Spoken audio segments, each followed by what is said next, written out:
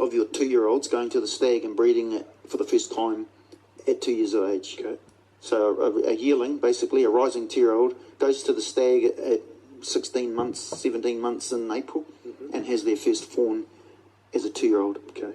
To do that, you've got to grow fast, and you grow fast by having lots of milk from mum, because mum's in really good condition, and then when you get off the milk, heaps of a really quality kai. Yeah. So that tells you that you're in a sweet spot. And then 95% of your hinds having a fawn every year.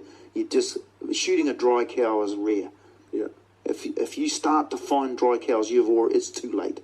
You need to start smashing your hind numbers down. Never be afraid to shoot hinds. This "don't shoot the hinds, bro, we want more deer" is a ridiculous. That came out of the 80s when deer numbers were so low, when protecting breeding stock was the thing to do. Yeah. We don't need to protect breeding stock now. We've got more deer than we know what to do with. We need to stop the breeding. So we need to start smashing hind numbers all over the place. If you keep your hind numbers down and you let your spikers and your young stags walk, you'll start to get a balanced herd ratio, or at least balanced. You want 1 for 1, which is what your Scottish gamekeepers and your European gamekeepers strive for. 1 female, 1 male, that's what they're born at. Maintain that through the year classes. Most of our New Zealand herds are at least 2 for 1. 65 hinds for every 35 stags. That's typical of most of our herds. And you go down into the Wanganui fallow herds and it's way worse than that. It's bad.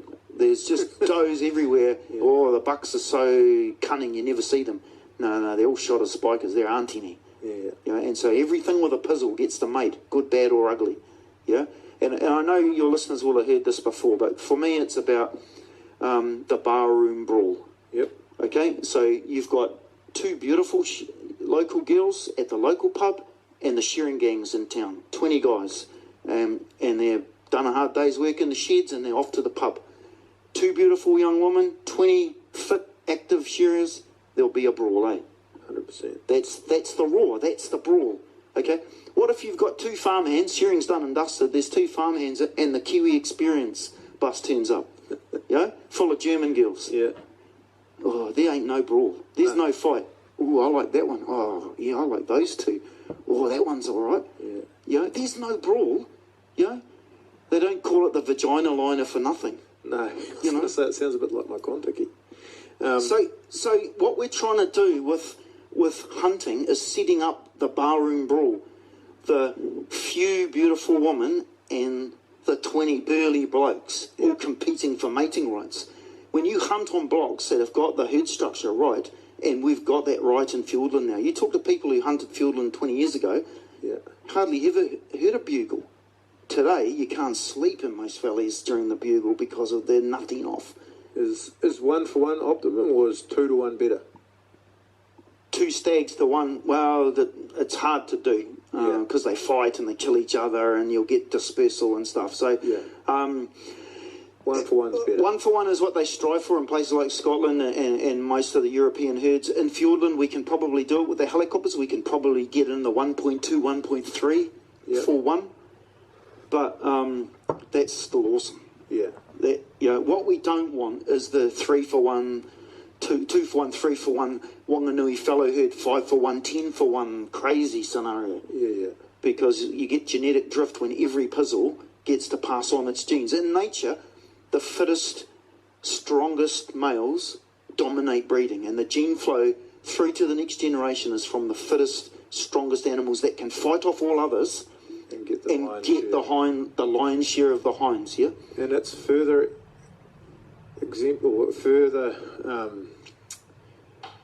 exaggerated in New Zealand, given that we only started in a lot of our herds, like Tar would be a good example, Seeker's probably a good example, that we only started with, 10 or so animals in some cases. Tar was only 3 or 4 from memory. So our genetic diversity from day dot was already limited. So the last thing they need is an unbalanced herd structure, because you can end up with the ones that are a bit queer. Especially if we shoot all the good ones. Yeah. Because, oh, fuck, that's a beauty. You shoot that one.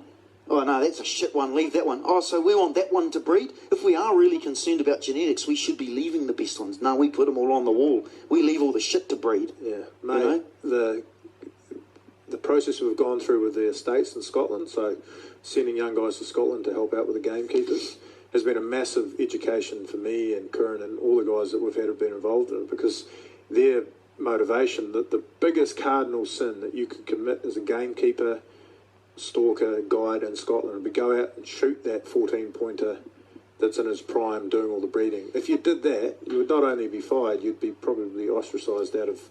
They shoot those boys when they're 14, 15, once they've done all their things, and that's the trophy. Yeah. And I hear Greg Dooley talk about, Willie and Greg a lot talk about age is the trophy. Yeah. This old gnarly head that's been around for 12 years, 13 years, that's a trophy. Absolutely. You know? I am exceptionally proud of now my ecology correct switch, because he's 8 years old. Like, it's not often you get to shoot an 8-year-old stag on, well, 7 years old, sorry, 7-year-old stag on public land very often. Like, he's seen hunters come and go, and I bet you guys have let him walk. Oh, we got a picture of him on a game camera. He sent me a picture of him in the velvet, and he's looks like he's swallowed a 44-gallon drum. All that cardboard. Yeah, all that cardboard, and he's walking around buddy, hoovering up beach leaves that have blown off the night before. Yeah. That's all I figure they're eating. Yeah, it's man. just sucking up and That's blowing sad, down That's beach sad. leaves. What a shit existence that is. But anyway, you know, that to me is a trophy. Like the guys, like Stefan Hope, the guy that we do a lot of work with the Scottish program, done a couple of seasons in Scotland. Like he hammers home the ones that he head skins and get put on the wall are the switches. So an old stag with no brow tines, just a point, are the ones that go around killing all their good stags. So that has become the trophy focus to the point where they have hunted the shit out of them. They're really hard to find, which is great for the deer herd because they're shitty genetics and they're killing the good ones. But from a trophy point of view, that's what they're motivated to get. They don't even give the 14, 16 pointers a second look on the hill. They're too busy looking for the big old switches that are running around that are the, you know, they're the target, they're the trophy. The cool thing about Seeker is that they'll grow 8 points as a 3-year-old readily if they've got enough tucker. And so, you know, there are plenty of pretty 8s around, and if we get the herd ratios right, keep the hind numbers down, then when you hear a single call, there will be 3 or 4 stags with you trying to get in on that big fella. And so it's okay to shoot, you know, an 8-pointer. If you want to shoot an 8-pointer, knock your socks off, but you've got to shoot more hinds as well. Yeah. Half the Seeker stags, 54% in fact, 54% of the stag harvest every year happens in the month of April. Right. And then another 30% happens in December and January in the velvet when they're dumb as wood out in the open. Yeah. So they're easy meat. Yeah. What isn't easy is the hinds, and people have got to start saying, shit, yeah, well, I've shot my 8-pointer for this year, now I'm going to do my bit for the herd. Yeah. I'm a Seeker manager, I'm not just an end-use consumer. I've got a responsibility and an obligation for the high country to look after the foundation upon which this herd is built. I've got to take out some hinds. Yeah. We don't need more deer, we've got to look after the Seeker we've got now. And the only way to do that is to look after the habitat that supports them.